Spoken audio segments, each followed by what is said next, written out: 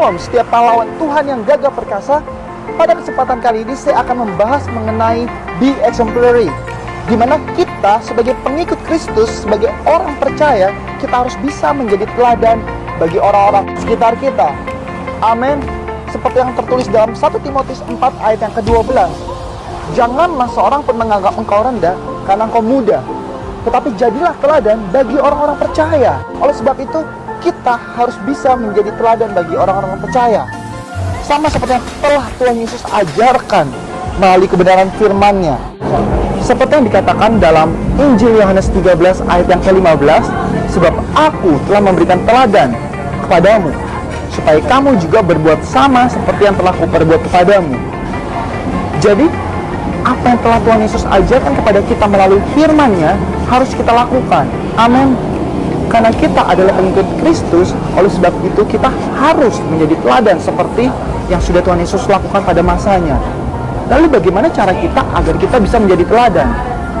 Saya mau katakan bahwa di sini ada 5 cara untuk kita dapat menjadi teladan bagi orang-orang sekitar kita. Yang pertama yaitu melalui perkataan kita. Dalam Kolose 4 ayat 6 dikatakan bahwa hendaklah kata-katamu senantiasa penuh kasih, jangan hambar, sehingga kamu tahu bagaimana kamu harus menjawab kepada setiap orang. Oleh sebab itu, marilah saya mengajak kita semua untuk menjadi berkat melalui perkataan kita. Stop untuk mengatakan perkataan-perkataan yang hambar, perkataan-perkataan yang tidak pada tempatnya, perkataan-perkataan yang kotor, perkataan-perkataan yang kasar, supaya kita dapat menjadi berkat bagi orang-orang sekitar kita. Amin. Lalu yang kedua, yaitu melalui tingkah laku kita. Marilah kita mengasihi bukan hanya dengan perkataan kita atau dengan lidah, tetapi dengan perbuatan dan dalam kebenaran, seperti yang dikatakan 1 Yohanes 3 ayat yang ke-18. Lalu juga kita harus mencerminkan karakter Kristus, di mana Tuhan juga selalu membantu orang-orang yang dalam kesusahan dengan melakukan sesuatu untuknya. Oleh sebab itu, ada pepatah mengatakan bahwa love is a fact when love is an act. Jadi kasih itu nyata ketika kasih itu dilakukan, dan kasih itu menjadi tidak nyata kalau tidak dilakukan. Amin. Dan yang ketiga, melalui kasih kita, hendaklah kita semua memiliki kasih agape, yaitu kasih tanpa syarat. Kita mengasihi semua orang tanpa ada syaratnya. Amin. Dan yang keempat, melalui kesetiaan kita.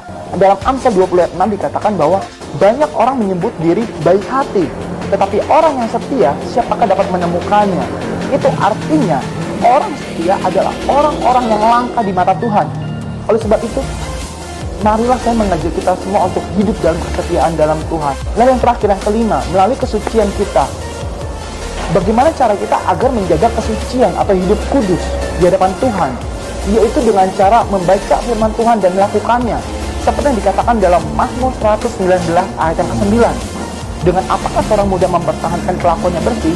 Yaitu dengan cara menjaganya sesuai dengan firman-Mu. Amin. Dalam Roma 12 ayat 1-2 dikatakan bahwa karena itu saudara-saudara, demi kemurahan Allah aku menasehatkan kamu supaya kamu mempersembahkan tubuhmu sebagai persembahan yang hidup, yang kudus, dan yang berkenan kepada Allah. Sebab itu adalah ibadahmu yang sejati.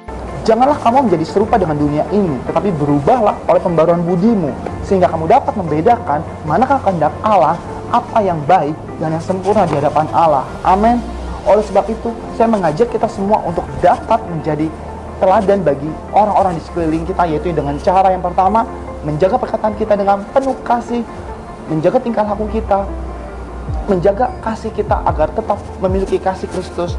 Lalu yang keempat, menjaga kesetiaan kita, karena orang yang setia adalah orang yang langka.